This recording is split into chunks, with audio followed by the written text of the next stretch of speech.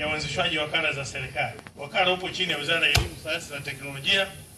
Malengo ya kuanzishwa kwa ADEM ni kutekeleza azma ya serikali ya kuboresha uongozi na usimamizi wa elimu nchini katika shule za msingi, sekondari, vyuo vya walimu na kwa maafisa elimu wote kuanzia ngazi ya kata, wilaya, mkoa na taifa. ADEM pia ina wajibu wa kutoa mafunzo kwa wadhibiti ubora wa shule ili waweze kutekeleza majukumu yao kwa ufanisi.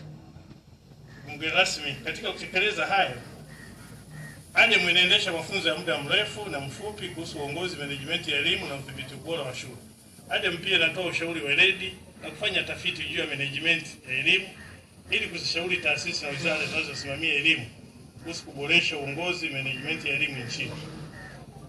Hivi sasa wakala una matawi matatu: Bagamoyo, Mbeya na Mwanza. Ndugu mgeni rasmi, kama nilivyotangulia kusema kuwa ADEM inatoa mafunzo ya muda mrefu na mfupi. Zipo kozi tatu hadi hivi sasa ambazo zinatolewa kwa muda mrefu. Kozi ya kwanza ni ile stashahada ya uongozi na usimamizi wa elimu, Diploma in Education Management and Administration, DEMA, iliyoanzishwa mwaka 1990, inayotolewa kwa muda wa miaka miwili. Kozi hii inalenga kuweza kupata maarifa na stadi za kusimamia elimu ngazi ya shule, kata na halmashauri.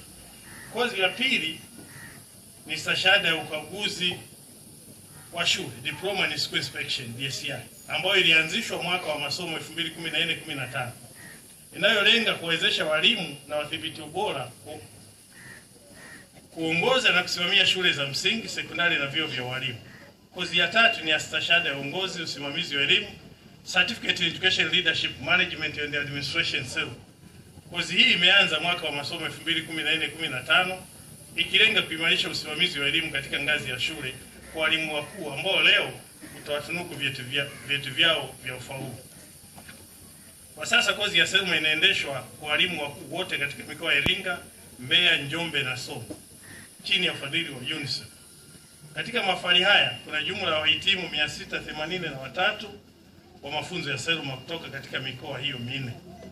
Tunalishukuru sana shirika la UNICEF kuweza kufadhili mafunzo haya kwa walimu wakuu wote wa mikoa ya Iringa, Njombe, Mbeya na Songwe.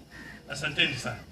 Tunaamini ushirikiano huu kati ya ADEM na UNICEF utaendelea kukua na kuimarika. Mgeni rasmi, pamoja na mafunzo ya muda mrefu, ADEM imeendelea kutoa mafunzo ya muda mfupi kwa walimu, watendaji na viongozi mbalimbali wa elimu. Mfano, mwaka 2015-16 jumla ya walimu wakuu na waratibu elimu kata 13,350 walipata mafunzo ya uendeshaji wa shule na usimamizi wa stadi za kusoma, kuandika na kuhesabu, yani KKK. Mwaka 2016-17 jumla ya walimu 22,993 wanaofundisha darasa la 4 na darasa la 3 na la 4 kwa masomo ya lugha na hisabati kutoka mikoa 19 ya Tanzania bara walipata mafunzo ya stadi za KKK. Mwaka 2017-18 jumla ya walimu 9,088 wa darasa la kwanza, wa darasa la 3 na la 4 wanaofundisha masomo ya lugha, hisabati waliweza kupata mafunzo ya kuimarisha stadi za KK, na walimu 1593 wanaofundisha madarasa ya MEMKWA walipata mafunzo ya mtaala mpya pamoja na kuimarisha stadi za KKK.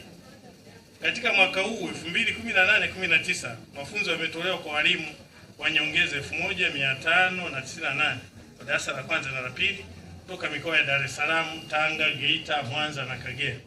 Mikoa hiyo mitano ya Tanzania bara ilibainika kuwa na uandikishaji mkubwa wa wanafunzi wa darasa la kwanza na la pili. Kwa ujumla, walimu zaidi ya 40,000 wamepewa mafunzo ya KKK tangu 2015-16 hadi 2018-2019. Ndugu mgeni rasmi, ninapenda kutumia fursa hii kuzishukuru wizara zinazosimamia elimu nchini, Wizara ya Elimu, Sayansi na Teknolojia, pamoja na Ofisi ya Rais, Tawala za Mikoa na Serikali za Mitaa, TAMISEMI, kwa kufadhili mafunzo ya muda mfupi ambayo yanaonyesha mafanikio katika ufundishaji shule. Asanteni sana. Ndugu mgeni rasmi, mbele yako tunashuhudia matunda ya wahitimu wa stashahada ya uongozi wa usimamizi wa elimu DEMA